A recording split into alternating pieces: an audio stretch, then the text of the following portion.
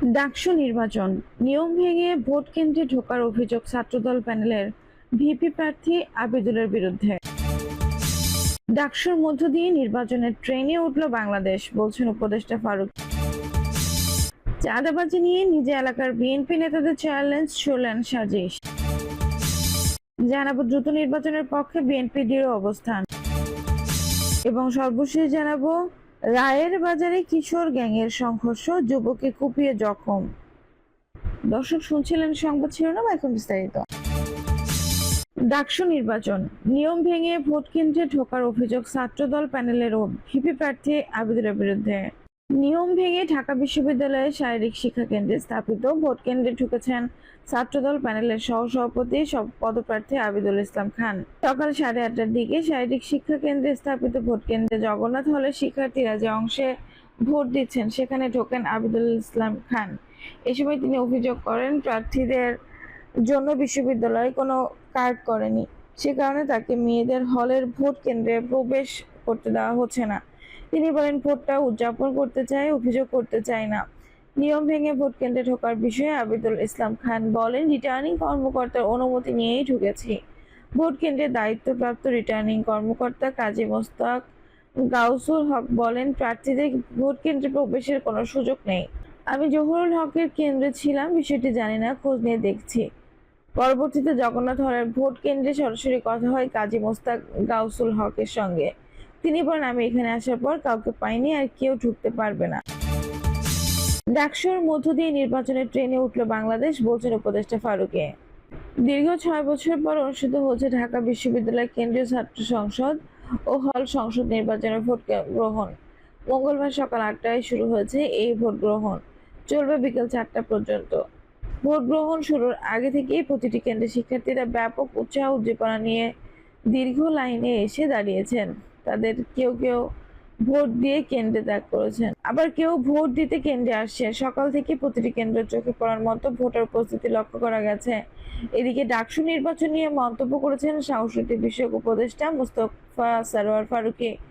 ডাকসুর ভোট শুরুর পর নিজের ভেরিফাইড ফেসবুক এক পোস্টে তিনি লেখেন যে ভোট রাতেই করে ফেলা হয়, সেটা দিন পর্যন্ত রাখা হলো কেন? সময়ের কাজ সময় না করা এই জাতির বড় দুর্বলতা।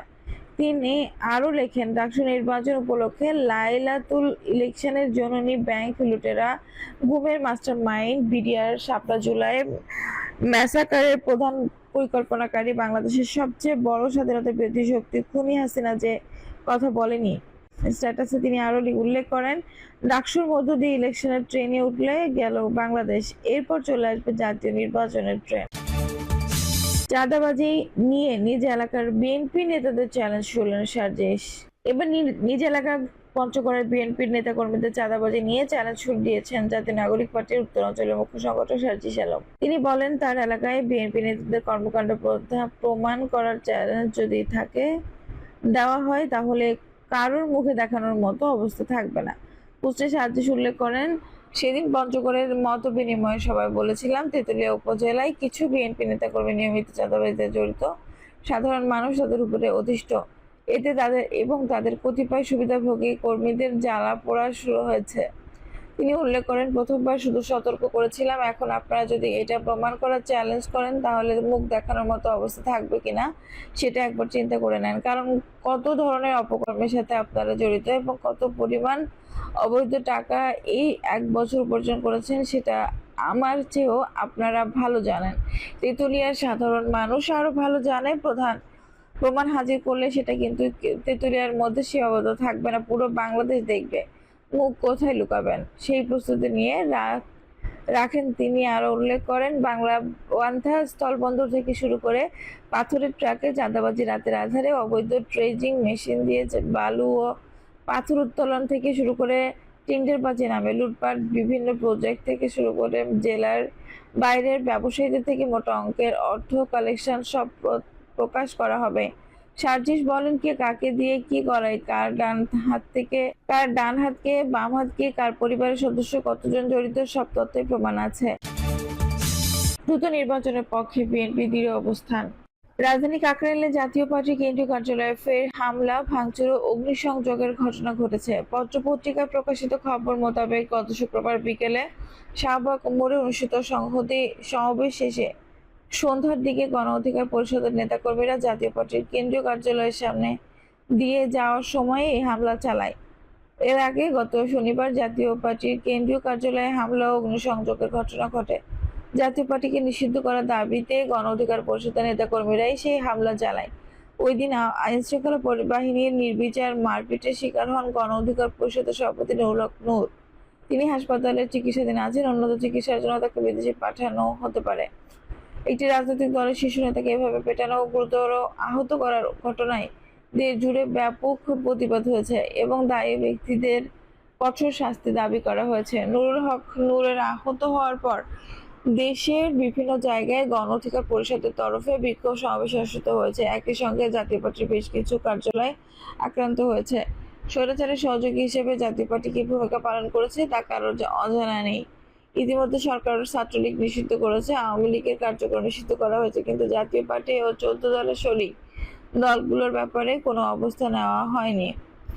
মাঝে মধ্যে দাবি উঠলেও তা তেমন জোরালো হয়নি। গণ অধিকার পরিষদ জাতীয় পার্টি নিষিদ্ধ করার দাবি জানিয়ে আসছে বটে, তবে তাও খুব একটা গ্রাহ্যতা পায়নি। ইদানিং গণ অধিকার পরিষদের ব্যাপারে বিশেষভাবে তৎপর হয়ে ওঠে বলে তা প্রতীয়মান হচ্ছে। কেন তারা এই তৎপরতা ও প্রশ্ন অত্যন্ত প্রাসঙ্গিক। পর্যবেক্ষকরা মনে করেন জাতীয় পার্টি নিষিদ্ধ হলে গণ অধিকার পরিষদের কোনো লাভ হবে না, তবে জামায়াত ইসলামের বিশেষ লাভ হতে পারে।